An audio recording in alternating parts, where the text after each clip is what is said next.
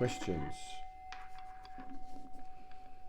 In a recent video, when you were talking about uh, Carlos Castañeda's books and Don Juan's teachings, Mm-hmm.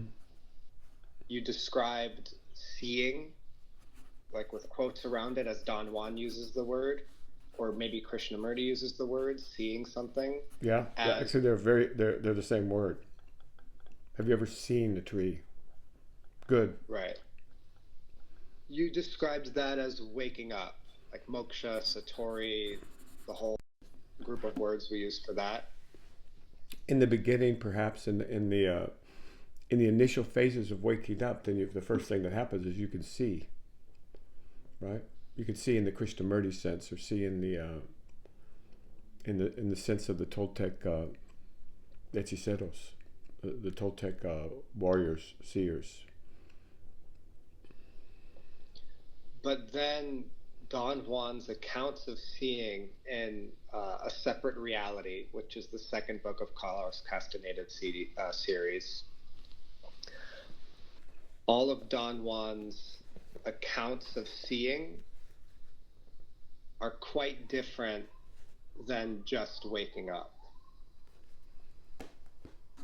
Are they? Okay, tell me about that. So, for example, I have the book here. I think we may have the same copy. Give me a page number and we'll take a look. well, we might.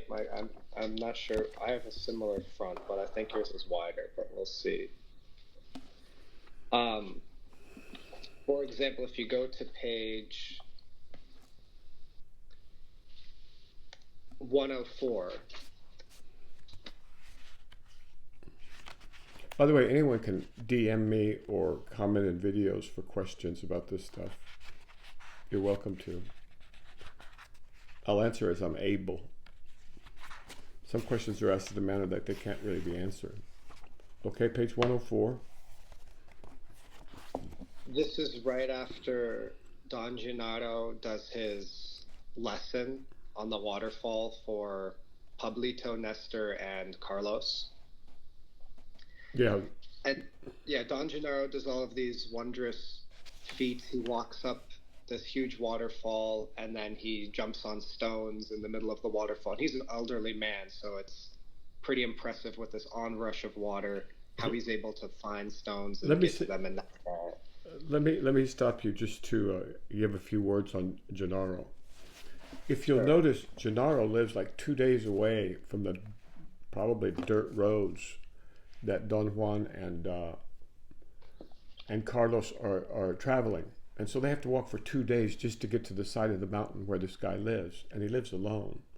So it's more than likely that he's the equivalent of a Taoist wizard, right? A Taoist master who specializes in certain things and who has capacities and abilities far beyond the ordinary man, and then beyond the abilities of most seers, right? Because he's kind of specialized in this. But he's a pure guy. He does not believe in any sorcery stuff. That's ridiculous, right? That's for the marketplace or something, or for that's for Facebook, something like that. It's not. He's not into that stuff. And so Don Gennaro is a very, very important figure in this book. As are there's a few others at Gennaro's level and then above Gennaro's level, I believe. But okay, now let's go to the question, or go to the wind up to the question. Right. So Don Juan explains to Carlos in this instance about seeing the lesson, as opposed to Don Juan just watches it and it looks like an old man jumping on stones at the top of a waterfall. With some difficult to do, and even in mundane circumstances, to jump that far and land on a little wet stone in the middle of a waterfall is an impressive feat for an old man. Go ahead. Yeah, not just impressive, but Don Juan is astonished. Like, he doesn't understand how it really is done. But then Don Gennaro did that. Don Juan says that the lesson was basically wasted on Carlos because Carlos didn't see it. He just saw the mundane aspect of it. Correct. And And then so he's asking him, Carlos is asking Don Juan to explain what happened, and he's kind of like, you can't just explain it. You have to see it. And he explains how Don Gennaro actually accomplished the feat, which was by using these long luminous fibers that come from around the navel, that instead of jumping to a rock, for example, he like attaches himself with the fibers to a rock and pulls himself to it, and then he can land precisely and stuff like this. And he explains, and Don Juan explains these as tentacles that come from the navel of a human body, which looks kind of like a luminous egg when you see. Okay. Yeah. And so that's one account, and there are many accounts like this, but that's one account of seeing that isn't like... But that's probably the most exotic and rarefied account of seeing in the book, no? I mean, there's much seeing. Like there's seeing a bird, there's seeing, a place to rest. There's much seeing in the book. This is a very exotic example, correct? Right. Correct. Okay. So now, what's your question? My question is, seeing in that sense doesn't seem like waking up. Or like even if you pick the more mundane one, seeing a place to rest or this stuff. How about seeing a tree? Let's make it directly comparable to Krishnamurti. Seeing a tree, sure. seeing a crow. Okay, yeah. All right, so now what's the question? Well, if you take that, then that much makes sense to me as far as waking up. Well, my question was, you well, said explain it to, if it makes sense, explain it to people. Okay. So,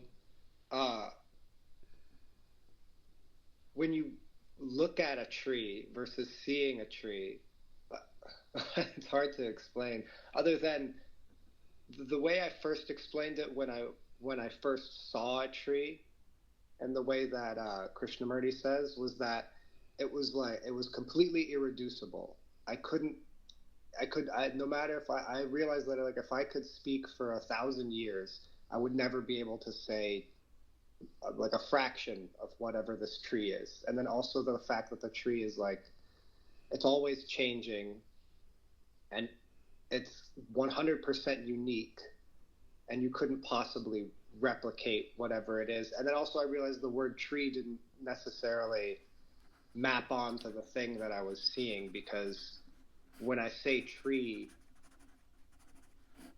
it's not the thing that I'm looking at. A tree is like, well, it's a concept that isn't, I don't know, like the word tree or any concept of tree doesn't have of a tree. I don't know if that came through. I knocked the table. It doesn't have like the feeling of a tree. It doesn't have the sight of a tree, the colors. It's just like a totally gross caricature of the thing that I'm seeing before me. Okay, close enough. And the more you see a tree, obviously the more you see, right? Right. All right. So now what's the question?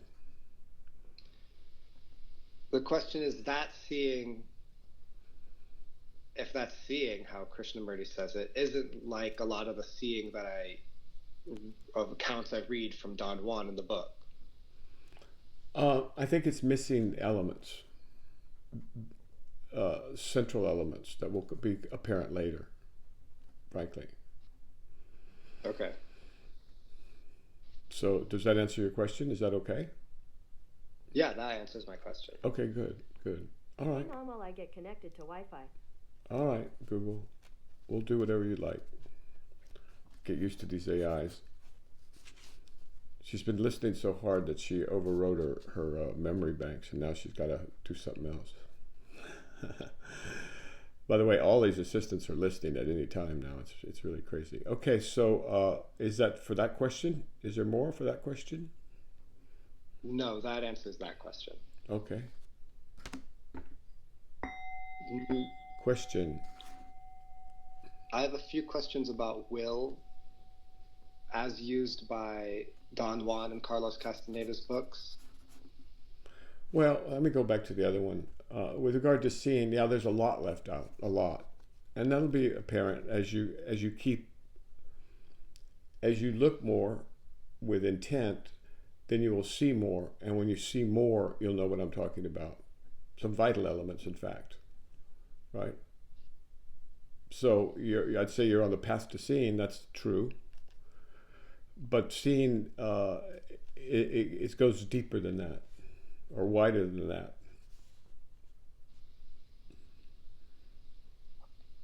Well, then, say a little more about looking with intent. Well, as you get further along, intent becomes less of the issue, and the issue becomes now, are you 100% completely open? Are you totally relaxed? And then you find that there's no boundary between you and the tree. That tree is alive and breathing and growing and intelligent, luminous, and there's no real distinction between you and it. And that's not particular to a tree, right? That happens anytime you take your identity from the manifest content, you know, the worlds of pens, pencils, and pencil sharpeners, and you move it to the world of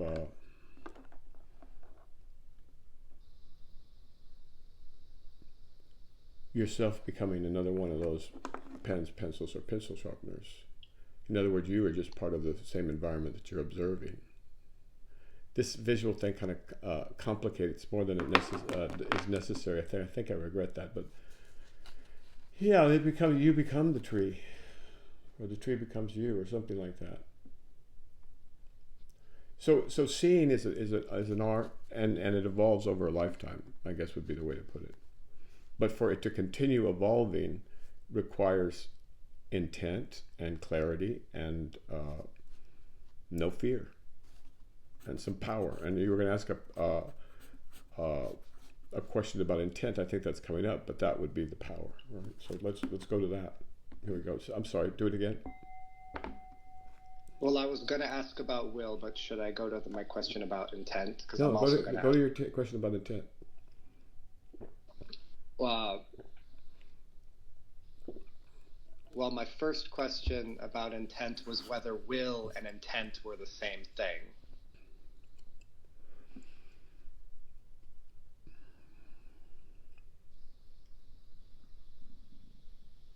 Will as used by Don Juan? Will as used by Don Juan. Well, I mean, Don Juan says that he technically doesn't use it, but other men of knowledge use the word, so he uses it. Yeah, so again, words are limited and limiting. And much of what we do in Dharma talk is we try and match words up with each other. They mean the same thing, but they're using different words.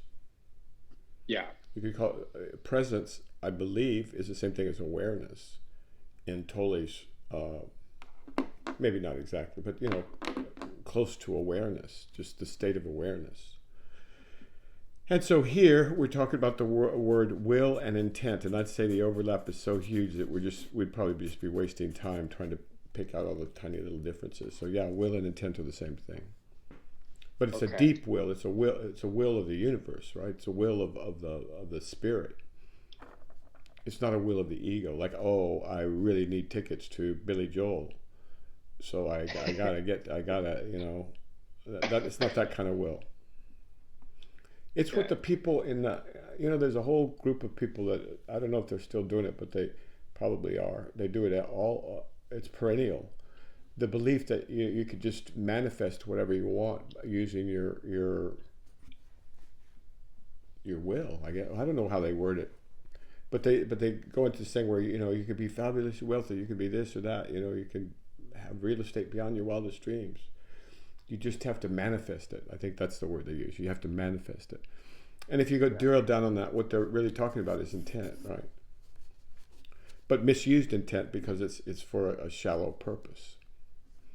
And for an egoic purpose. Yes, like vision boards and stuff like that. Well, what's a vision board? So they set their intent by, you basically look into the future at what you'd like your life to look like.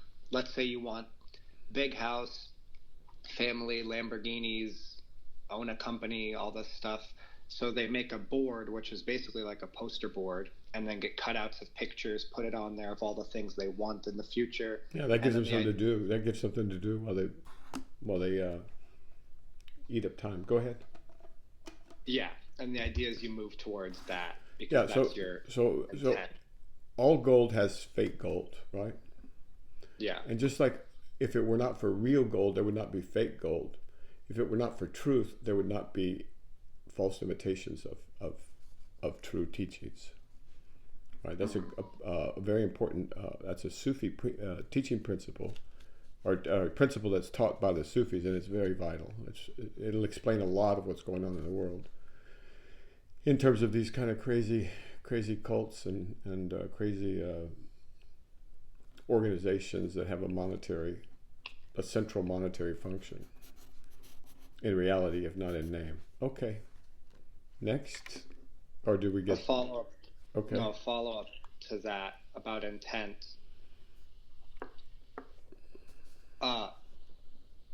My first follow-up for that is intent.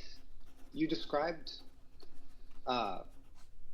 intent in a previous video, a few videos ago, and you were talking about how people have multiple intents that are clashing with one another. For example, somebody will say, oh, I want to wake up, but I want to be liked. Or I want to wake up, but I want to be rich, or stuff like that. And it's like, well, maybe those two things coincide. Or I want to wake up, but I want to stay in bed.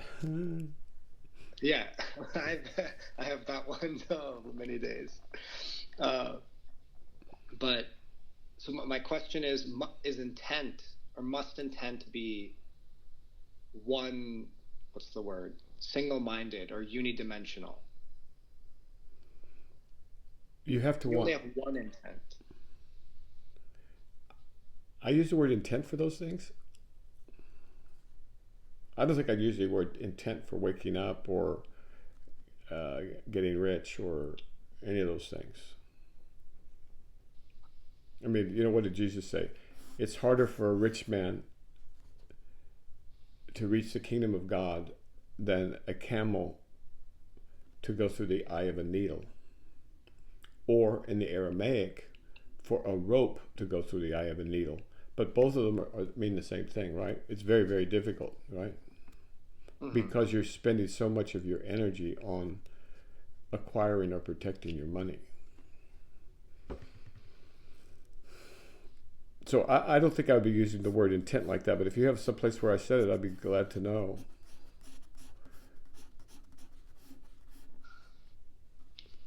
I think I was referring to The Secret or something like that. But okay, never mind. So what's the question? The question, first of all,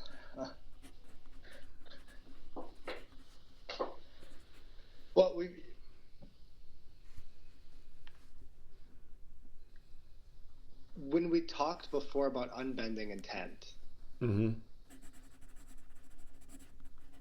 and you said that was for the general population, but you also you described it for mundane things, and by mundane I mean like when we were talking about teaching kids, and you said it's great that people will say something like, hey, little Johnny, you can be whatever you want. You want to be a president, you can do that. You want to be the best mechanic in the world, you can do that. But they forget to say the second part is you have to be unwavering in your desire for it. Yeah. You have to have an unbreaking intent for that thing. Okay, all right. Yeah, the desire to be, the best, I don't know, golfer in the world is different than the desire to, own real estate. Yeah, sorry, I shouldn't have said the other one about real. That's not what I meant. Well, so when I'm asking, must intent be unidimensional? It's like, let's say you want to be the best golfer in the world, but you say, I want to be the best golfer in the world and I want to be liked. So let me ask you, can intent be multidimensional?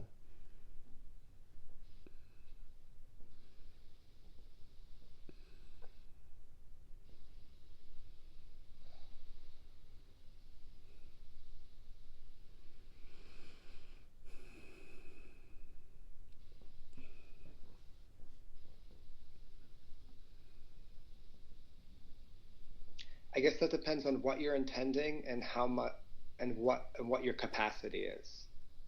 There are people who can intend to be the best golfer in the world and intend to be Married? married, sure, Out of prison? and accomplish and move toward or accomplish both of those things. But What were the two? I was let's say joking, by the way. I married. was joking.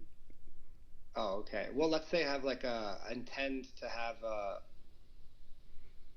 a harmonious and adaptive relationship and a And be the best family. golfer in the world. And be the best golfer in the world. Yeah. That's interesting. I don't think that happens very often, but it might. I don't know. But the point is not, so I would have said intent is not multidimensional. Intent is one dimension. There's one intent, it's the intent of the universe.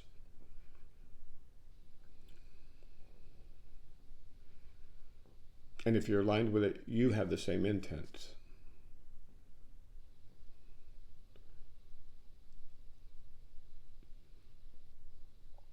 And until you know what that intent is, you're just lost wandering around in the woods. So then the first question is, what is that intent? I shouldn't have said in the universe. I could still say the intent of God, the intent of Allah, the intent of Atman, the intent of the Buddhas. Yeah, so that intent. And what that translates into, if you're in a secular world, that translates into the unbending intent for truth, for freedom. Because I don't think you get there any other way.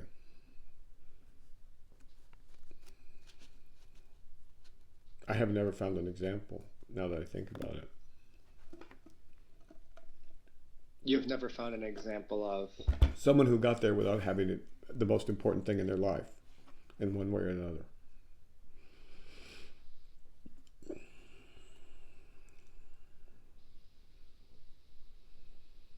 except for what about like Maharishi? Well, first of all, Maharishi grew up surrounded by a whole culture that not only acknowledges and admires and educates and adulates their awakened seers, right? So he was saturated with that already. And then you'd have to go back and read exactly what we have, and then we'll have to read between the lines and see what actually happened. But I think there was that intent in him as a young man. It's not rare for young men to have this intent. They want to know God. They want to know truth. They want to know reality. They want to know Brahma. They want to know Allah. So they want to know Christ. In my case, that was Jesus, right? So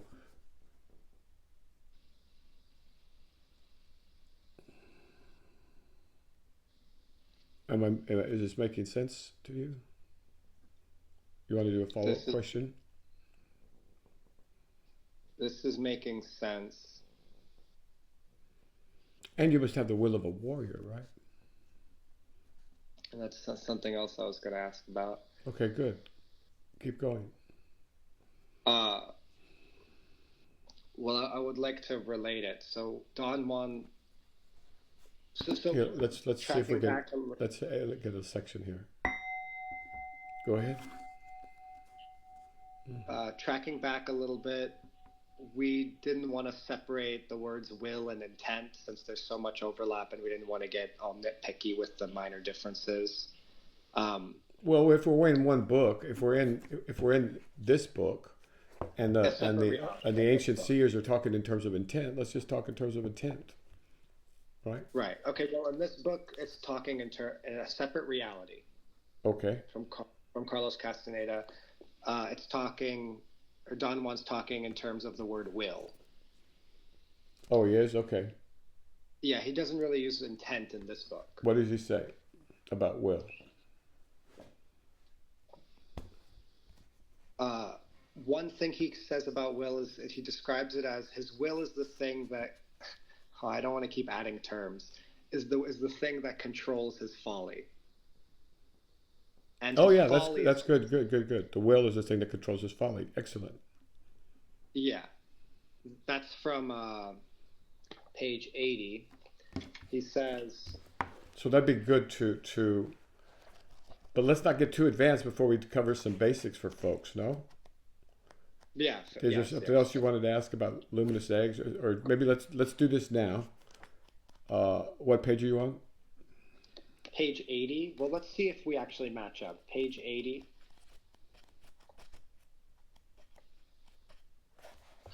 I have hardback copies of a lot of books, but this happens to be the paperback. Okay, so go ahead. We're on 80. Does 80 start off with like the first full paragraph? I have the feeling we are not talking about the same thing. Close, yeah.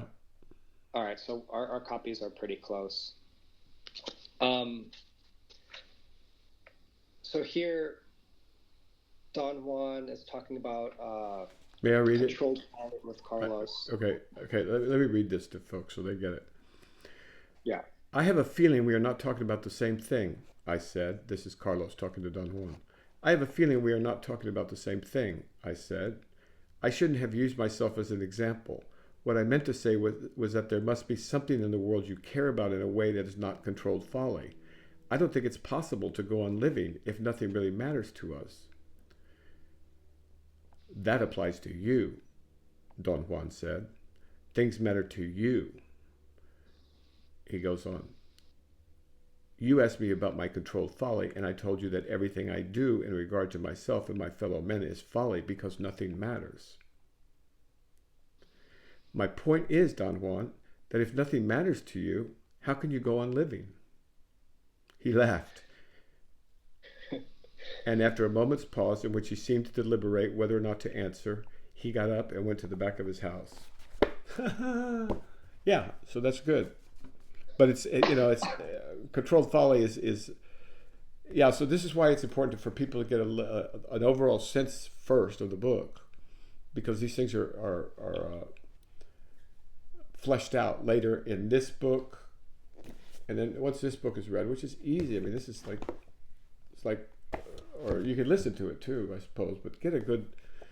Peter Coyote did one of these things, and it was really nice. But see what you can find. And then there's this book, Journey to Ixtlan.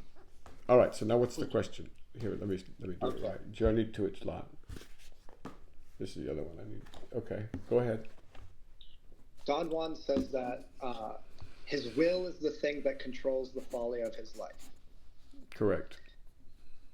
And folly is, he said, every time he acts, it's controlled folly. So his will is the thing that controls all of that. Right. And then he says that to Carlos, that Carlos is waiting for something, but he doesn't know what it is, and that what he's waiting for is his will. Correct. And so the question is, does one develop one's will, or yes, does one one prepares for it. Prepares for it. Keep going. Read it a little bit more, and then let's see what we can do with that. Read more. Well, my question, okay, here. The place where Don Juan explicitly starts talking about this.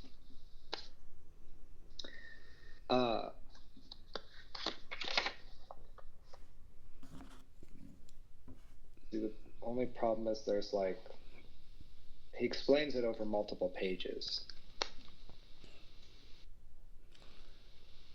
Okay. How about this one? A warrior has to use his will and his patience to forget. Carlos is asking how to forget something. In fact, a warrior has only his will and his patience, and with them he builds anything he wants. Later on, Don Juan says, I think there's no way of talking about it. There you go. There's a big clue. There's a big clue right there, right? Yes. But this is nice, the formulation. With will and patience, you can build anything you want. With will and patience, those two together, right? And then you add a little courage, and boom, you're set for success in this world, right? You can do anything you want. It's true, too, by the way.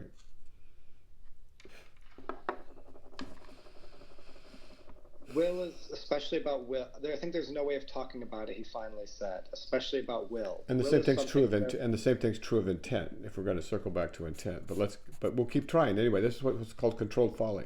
We try and talk about these things, but there's no way to talk about them. It's like awakening itself. There's no way to talk about it. But nonetheless, because of our controlled folly, we do it anyway. Will is something very special. It happens mysteriously. There's no real way of telling how one uses it, except that the results of using the will are astounding. Perhaps the first thing that one should do is to know that one can develop the will. There you go. That's why we do it. So people know that you can do it, right? Right. A warrior knows that and proceeds to wait for it. Your mistake is not to know that you are waiting for your will. Correct. So he gets all sloppy and gets all tangled up in crazy, ridiculous, trivial things. He spends all day, scrolling on TikTok and Instagram and X. He's a slob, right? He has no sobriety. He doesn't know how to wait for his will. He doesn't know how to prepare himself for the grace of will and the power of intent, because he doesn't take himself seriously, and he spends all day on social media, which will not only destroy his mind, but it'll kind of cause incredible suffering. Now, they didn't have social media back in Carlos's day, but if they did, I promise you, Carlos would be all over it. Right? Probably. Right. Because he's a sloppy kid. He's very fastidious when it comes to his notes, though. That's what we care about, the notes. Right.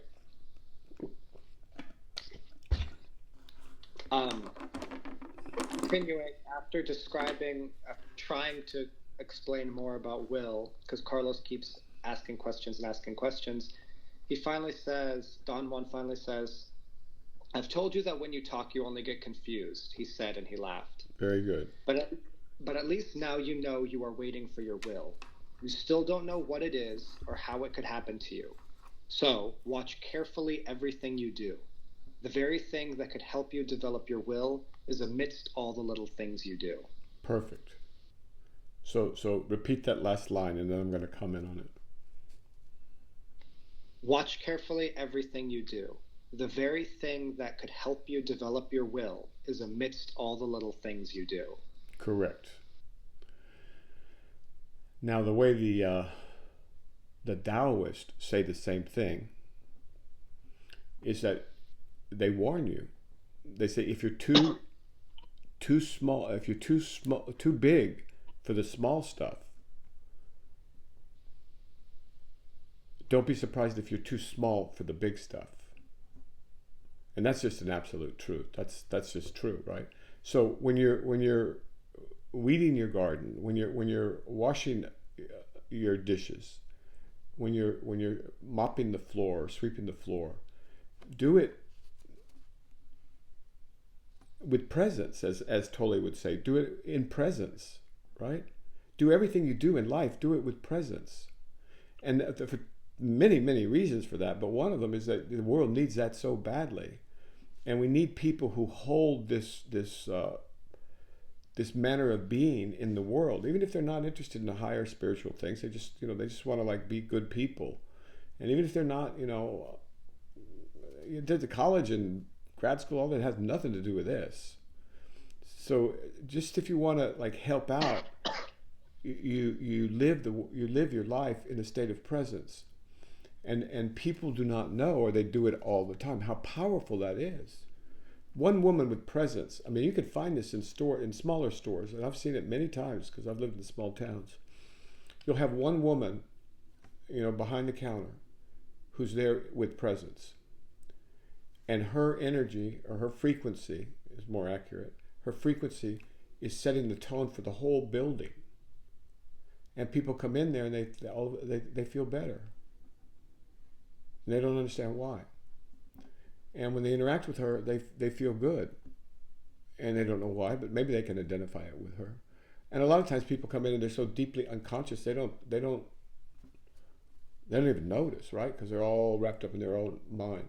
So if one goes through one's life as a warrior with presence, and you can even skip the warrior part, right? At any age. And in any occupation, you could be someone who, works at a gift shop at a hospital. You could be, the lawn man. You could be the aircon man. But you do everything you do with what he's calling presence.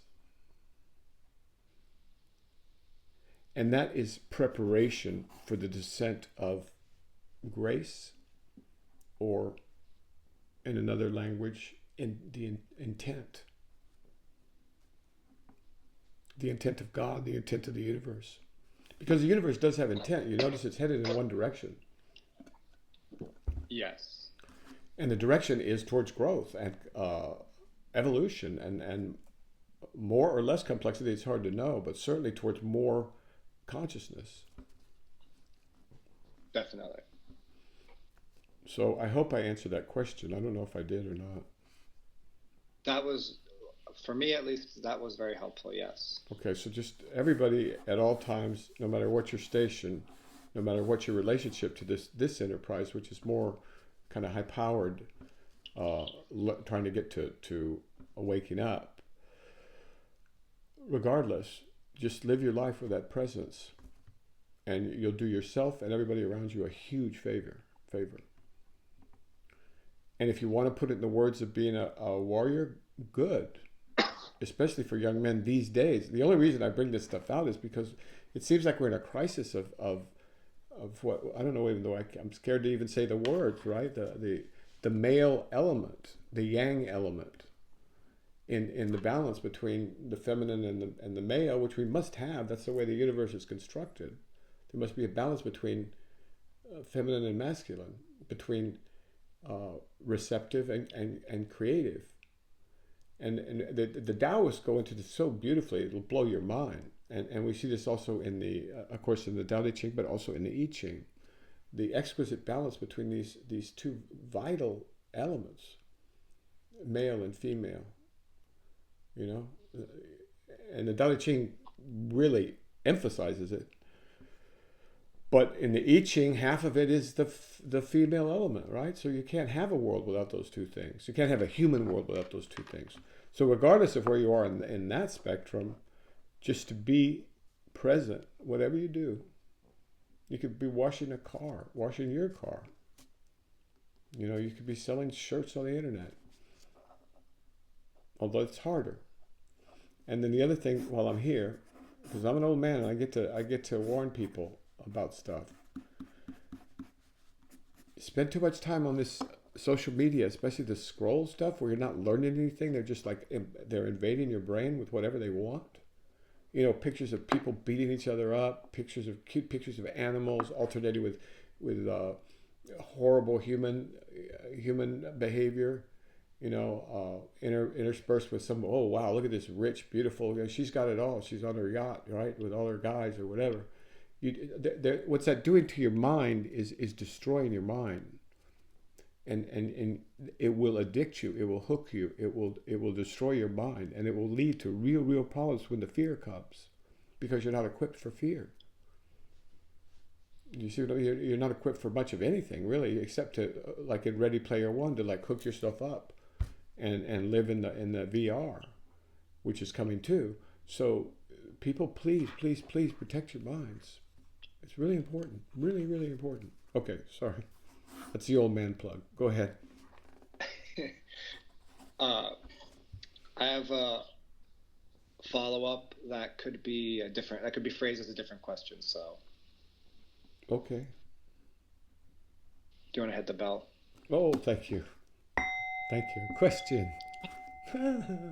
Thanks. So, you posted a quote from, I believe, A Separate Reality. Okay. This one is from Don Juan. Seeing is for impeccable men. Temper your spirit now. Become a warrior. Learn to see. And then you'll know that there is no end to the new worlds for our vision. Yeah. Okay. Do you want my comment on that? You could give your comment, but my question is about tempering your spirit, Okay. which Don Juan speaks about earlier in the book. So it's not in this quote?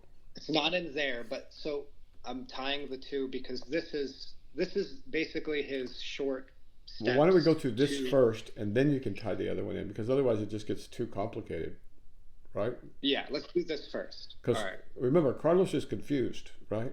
And he does all kinds of Yeah. weird things. So, but let's read this one out and read it slowly. All right. Yes. Go ahead. Seeing is for impeccable. Seeing, right? Say it like that. Yeah, from Naqual Don Juan Matus. What page? Seeing. I don't know this one. Okay, you that's fine. That's posted fine. That's on fine. X. You posted on X. Okay, good. Seeing is for impeccable men. Temper your spirit now. Become a warrior. Learn to see. And then you'll know that there is no end to the new worlds for our vision. Yeah. May I comment on these right here? Go ahead. Let me do that. Seeing is for impeccable men. Now, I hope most of you have read, or if not all of you have read the Four Agreements. There's really no excuse for not reading that or listening to it. It's a beautiful, short little book, highly, highly, highly useful for anybody. It went nuts in the business world, it went nuts in the reading world, it went nuts with the kids, it went nuts with the old people. It's really for everybody, all right? So seeing, or waking up, is for impeccable men. And of course we mean women. Seeing is for impeccable women. And impeccable means, in the short version of Don Juan Ruiz, the northern Mexican surgeon who wrote the Four Agreements, not making assumptions, ruthless honoring of your own word. Help me out. What's the third one? Not taking anything personally. Yeah, do not take anything personally. They don't take anything personally. They're removed from that. And then to do your best. And with those four, you can go almost, or you can go all the way, if you really were to do those four completely perfectly for an extended period of time. So at any rate, so that's an impeccable warrior in the simplest sense, right? So seeing is for impeccable warriors. Temper your spirit, right? Is that what it says? It says, seeing is for impeccable men or women. Temper your spirit now. Become a warrior. Learn to see. Okay, so temper your spirit no matter where you are. And that means you don't do things that are stupid, like being selfish or getting angry, or if you get angry, there's probably got to be a really, really good reason for that. But so you practice patience, you practice presence above all, because with presence you forestall a lot of the other problems. And then you practice generosity. You practice gentleness, kindness. And by doing these things and more, you temper your spirit. You temper it in the way you temper steel, right? You make it ready to be formed. And then when will arrives, or intent arrives, you learn to see. Now, then once you've learned to see, then you realize that this world is just full of marvels. That's all it is, a world of marvels and mysteries within mysteries. It just keeps going. It gets more and more extraordinary. And so you don't get freaked out when people say, hey, the U.S. is going to not be the same country in 5 years, or AIs are going to create a new world for us to live in, or that the economy is collapsing and now we're going to have to build something else, or China is going to take over and become the dominant economy and political force in the world. None of those freak you out because you're aware that that's what the name of this gig is. What's the last sentence, please? What does it say? Learn to see, and then you'll know that there is no end to the new worlds for our vision. And then you'll know there are no end to the new worlds for our vision. And those are just the worlds that I can talk to everybody about because they're common knowledge, right? But there's also worlds within those worlds, and worlds of understanding thinking, understanding AIs, understanding history, understanding, and all these things are morphing into new worlds. It would take a whole other session to talk about new worlds that are opening up, but they are. And so if you run away from them, you're going to suffer twice. You're going to suffer because you're afraid, and then you're going to suffer because you're not adapted to it, right? So this is very, very pragmatic stuff. Very pragmatic stuff. Okay, let's keep going. I think did that answer it? Oh, no, you wanted to tie it to another quote. You wanted to tie it to another quote. Let's go there. Yeah. Let's give me the quote.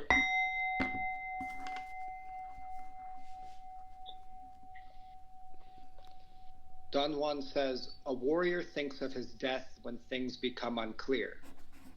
That's even harder, Don Juan. For most people, death is very vague and remote. We never think of it. Why not? Why should we? Very simple, Don Juan said, because the idea of death is the only thing that tempers our spirit. So there's another way to temper your spirit, but for warriors. Okay. Repeat it. Very simple, Don Juan said. The idea of death is the only thing that tempers our spirit. So in Buddhist monasteries, they spend like the first year focusing on death. These 20-year-old kids, right? But it's the Buddhist monasteries. In the Dharma, we focus on death a lot because death is our best advisor, right? People imagine that they're going to live forever, especially young people. And they imagine they've got all the time in the world. I can sit here and just scroll on X. I can just do this for another couple of hours, for another night, for another week, for another month. And then when I get off, I'm depressed and I'm fat and I don't like myself and I don't feel like I can do anything in the world because I'm too weak and I'm too, I'm just not right. And then my mind goes into this doom loop and starts doing all kinds of crazy stuff. So people do that, right? They destroy their minds with indulgence. So the thought of death reminds us we don't have all the time in the world. And even if we did, you'd want to get woken up as soon as you could because it's a much better life, right? You don't have the suffering. Mm-hmm. So death tempers the spirit. Right? Is there a problem anywhere? No, but... I didn't say death earlier because I didn't want to freak out the lay people. But you can't avoid it. Death is your closest advisor, and it's symbolized here by this beautiful raven. Incredible that I have up there. You can't see it today, but maybe I'll move the camera where you can see it. Well, here, let's see. There he is. Ah. Yeah, keep in mind to remind you, death is right, and you don't know when it's coming, right? No man knows when he's going to die. Isn't that fascinating? Incredible rule. Okay. Let's go on to the next. Yes.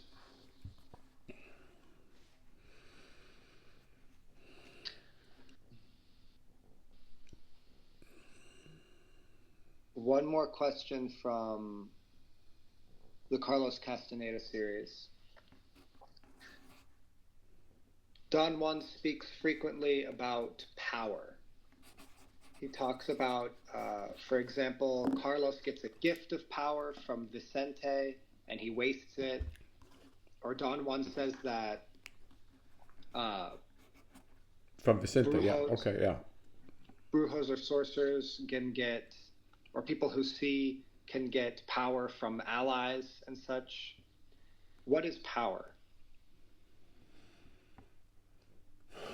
It's too esoteric to go in now, but it has to do with mind-to-mind transmission. It has to do with concentration of energies. It has to do with deep understanding of the whole. It's premature to talk about that kind of power. Okay. That kind of power is a different thing. And it can be directed. It can be concentrated. It can be cold. Okay, then I have a different question.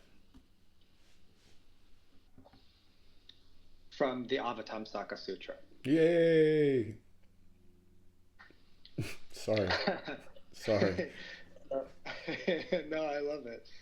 I recently started reading the Avatamsaka Sutra again, and I'm in the Flower Bank Array of Worlds, which is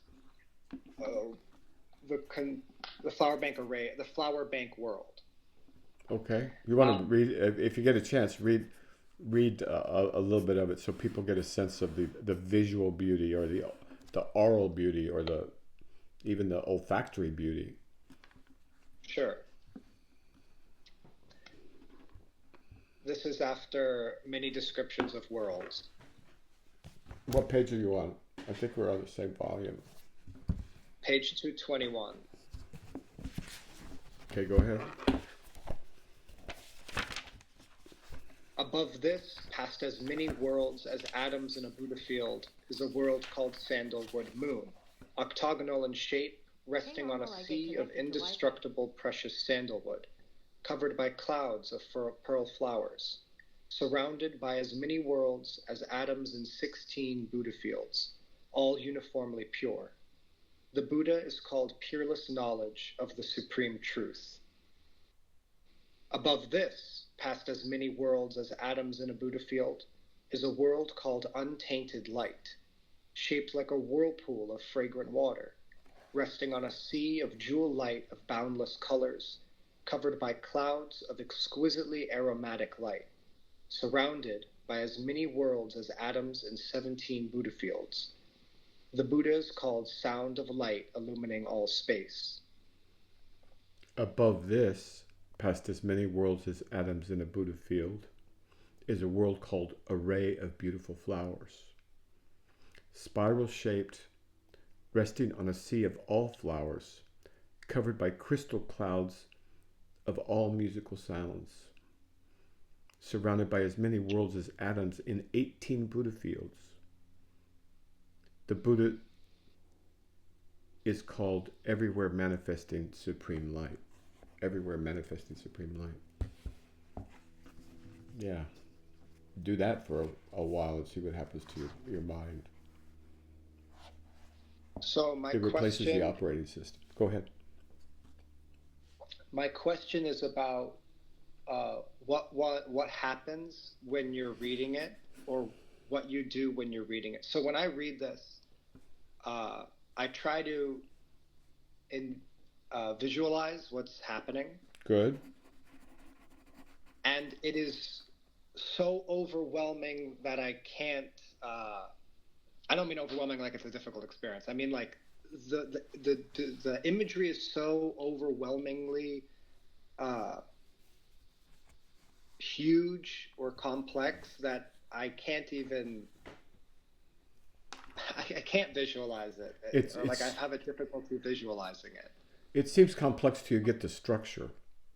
and then you start to see, and then you begin to see how it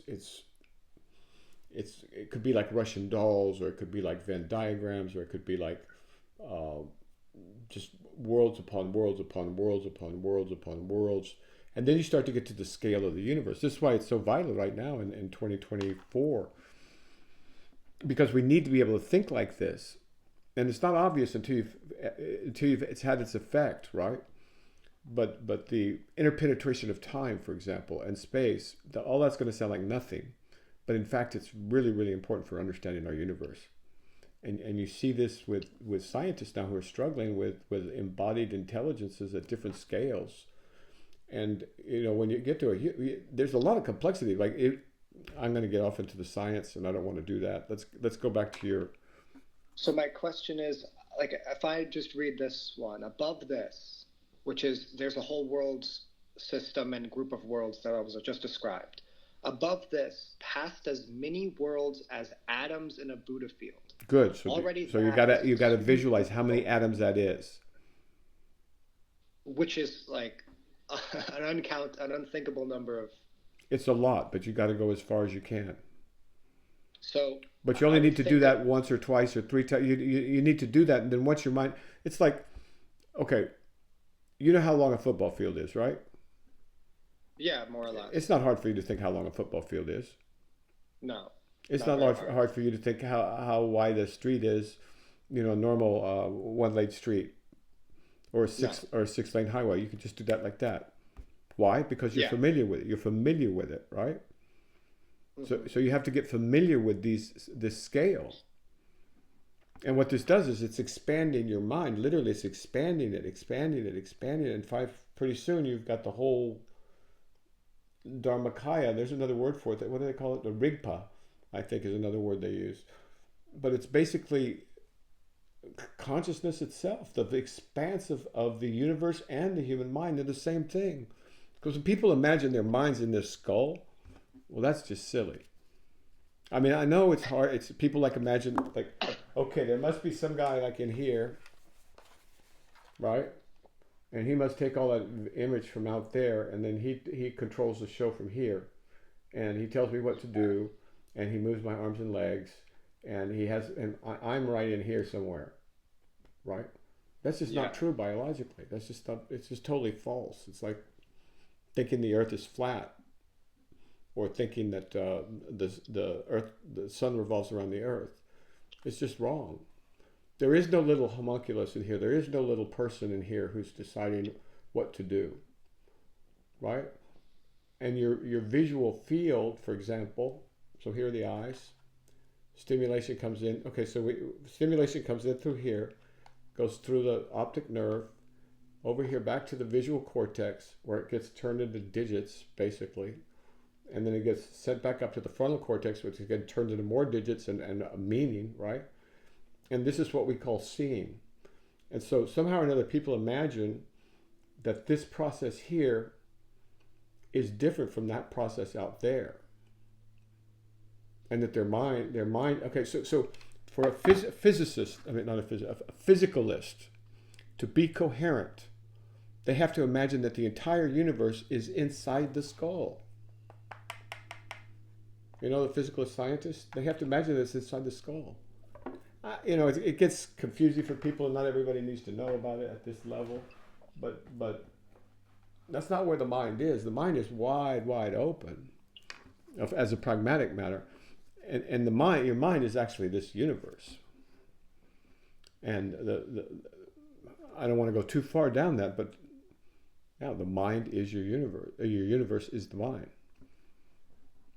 So back to this, the text. Because it comes too fast to then to slow down. Slow down. And by the way, this is also another reason why traditionally this sutra is read in groups or in twos. A couple of Dharma buddies do it together, and that keeps it going, and it's nicer for the sound. But traditionally, they for millennia they've been doing this with in groups. So if anybody wants to get a group together and chant that in the mornings, that'd be cool. It could even be online. But yeah, it takes some time. You got to let it do its work. And also, you're in the flower bank world. You got a ways to go, right? Right. It's but like so I should slow down and think like above this, past as many worlds as atoms in a Buddha field, and then think, all right, think of how many atoms are there? Think of a world, and then another world through that many atoms. Yeah. Okay. But these are relative measures, right? These aren't, English engineers, what do you call the people, surveyors. We're talking about epochs and eons and Buddha lands and Buddha oceans and flowers of oceans of clouds of fragrant flowers. So don't get too caught up, but just open your mind a bit and see, and then make a deliberate attempt. Say, wait a minute. Well, what am I complaining about? How far can I open my mind? Try that sometime. How far can I open my mind? Yeah. Just ask yourself that question and then do the experiments. That's actually, okay, that's a follow-up question I have if you want to ring the bell. Okay, here we go.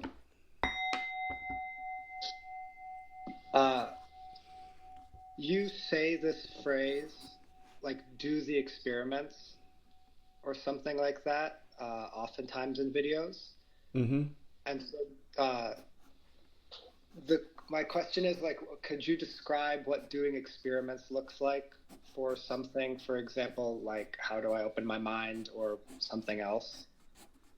Well, let me explain Like, why I do it.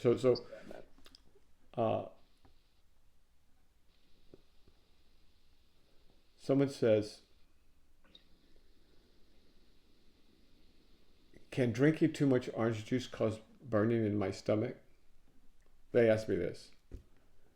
Mm-hmm. Well, first of all, it depends on who's asking, right? And if they're reasonable people and they're not going to drink, gallons and gallons and gallons, if they're talking about drinking 2 glasses a day, shouldn't they find out for themselves, right? Instead of relying on the authority of somebody else, right? I don't even know. I don't know. See, we've lost this in America. We've lost this in the modern world. Nobody wants to do their own work anymore. They just want it handed to them, and unfortunately, that won't work. And there was a huge amount of work behind Eckhart Tolle, for example, and Rupert Spira, right? And Adyashanti, however you pronounce his new name. And these people that have woken up, it's not by accident, right? There's work involved, but it's like nobody wants to do the work. And the thing is, you have to do the work. And then people look at the work and they go, oh, that's too much. Well, no, it's not. What you have to do is you have to start without fear and just do a little bit every day. You got to take yourself seriously. You got to be a warrior, right? That's the whole reason for us delving into this Carlos Castañeda stuff. It's not very elegant, but it's fun, it's exciting, it's powerful, and it's accurate, and it's very, very useful because they're trying. I mean, this had started by the 60s, right? People unwilling to do they want the reward without the work, and so anybody who promises you that is probably after your money.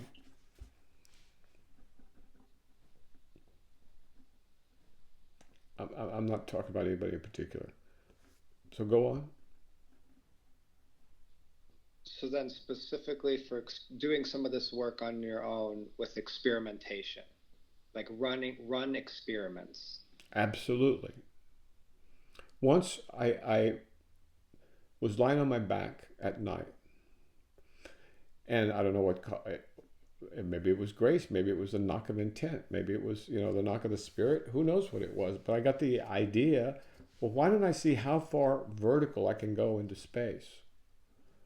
I was flying at that time, so I would fly, and I'd fly up, up, up, up, up, up, up, and I just keep going, up, up, up. And the way I was visualizing it, I had something like, because I don't know, I don't remember exactly, up, up, up, to see how far up in the universe I could go. And as I got further and further and further up, there was less and less and less there. And then I just kept going. And it was very, very, very far in the universe, very, very high up there is what it was. If you're on your back, it feels like up there.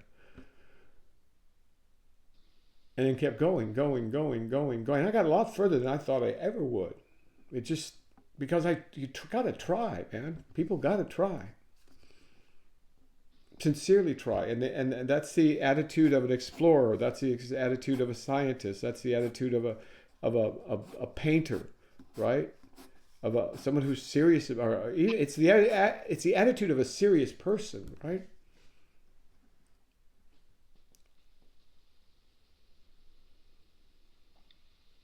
Yeah, if you don't try, you won't get anywhere.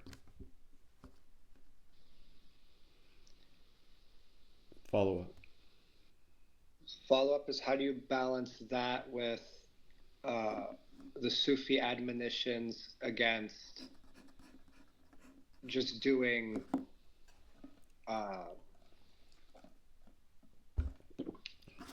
what you feel like? For example, like somebody might take that and then be like, oh, experimentation, I'm going to go experiment with all of the traditions and their teachings out there, and then I'm going to go read some Rumi and see what it does to me. I'm going to go read this and see what it does to me. They're totally different things.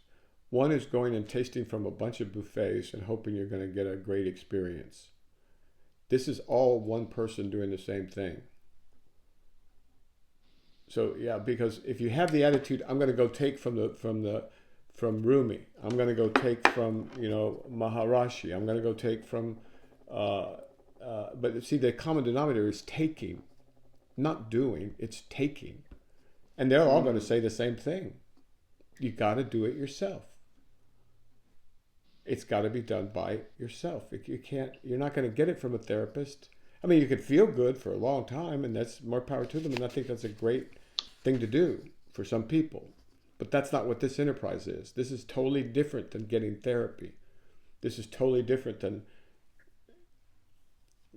getting anything from it, even if you could. Oh boy, it's hard to articulate.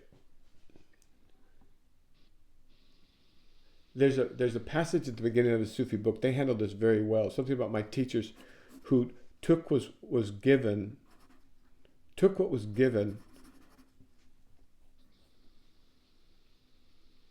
and gave what could not be taken, or something like that. They articulate it beautifully. We'll run into it. But it's much more complex. And so we have this acquisitive kind of, comes from our primate ancestry. We want to get. Well, this is different than being a monkey. This is like, okay, I have enough to start. Now I need to explore. Now I need to understand. Now I need to add to my information base. Right? I'm trying to get what I need, as opposed to get whatever is around. And then there are guides for that. And if there's any questions, let me know. Okay, final question before we stop. That's going to be a very, very difficult one to answer because a lot of things are tied in. Okay. Does that help, though? It helps a bit. Okay, what's the problem?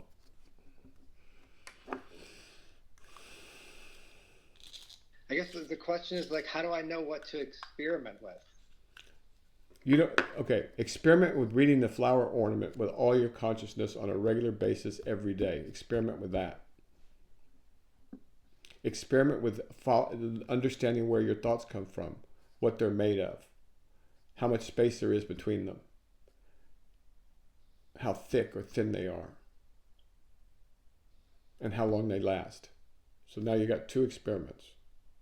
Was that observing or experiment? Like, I'm calling it experimenting because you don't know and you need to find out. And you don't know if your thoughts are the same if you're swimming in a swimming pool or if you're, driving a car or if you're meditating. I see. It's exploration, right? Okay. No one can know your mind except for yourself.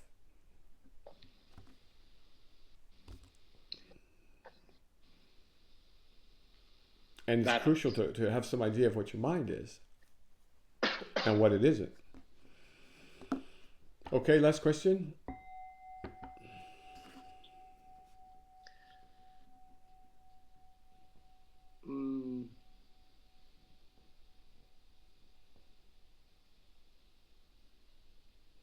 Oh, well, this one is. You said you would explain Carl Friston's free energy principle. Is that still something that's still applicable? Yeah, let's do that some other time. I'm a little wiped out. Okay, so but you can ask the AIs to explain it to you, and you can ask them to do graphics for you, and see if they will. They're very Claude is very smart, and Claude will explain this to you in 3 paragraphs. Or you could try Chat GPT 4.5, or we could talk about it later. But basically it has to do with the luminous eggs that they talk about in here. That same descriptor. It's hilarious, actually. The commonalities between what the Toltec seers saw and what is being described now by the most contemporary neuroscientists and biophysicists and everyone and computationalists is quite remarkable. It's actually funny. So the Markov blanket, just to give it away, the Markov blanket and luminous egg are very similar. Okay? Oh, yeah. Okay. All right, sir. Keep the faith. And people, I'm not talking to anybody in particular. If you think that maybe you're spending too much time scrolling, you probably are. And if you think it's harmless, you're wrong. And if you think it's going to be easier to get off of later, And you should know that that's basically succumbing to the AIs, because then they've got you. And also, if you think that's going to improve your life in any way, shape, or form, you're wrong. It's going to make your life miserable. It's going to make you weak. It's going to make you depressed. It's going to make you fearful and unable to function. And we don't treat addiction here, right? This is not a psychotherapy enterprise. This is not an addiction treatment center. And if you destroy your mind so bad, then you don't need to think about this work. You need to see about getting your mind back on, right? I don't want to depress people, but I gotta warn people. I'm the old man, right? Somebody's got to be an old man in this society. Okay, sir. All right. Keep the faith. Guard your mind. Okay. Take care.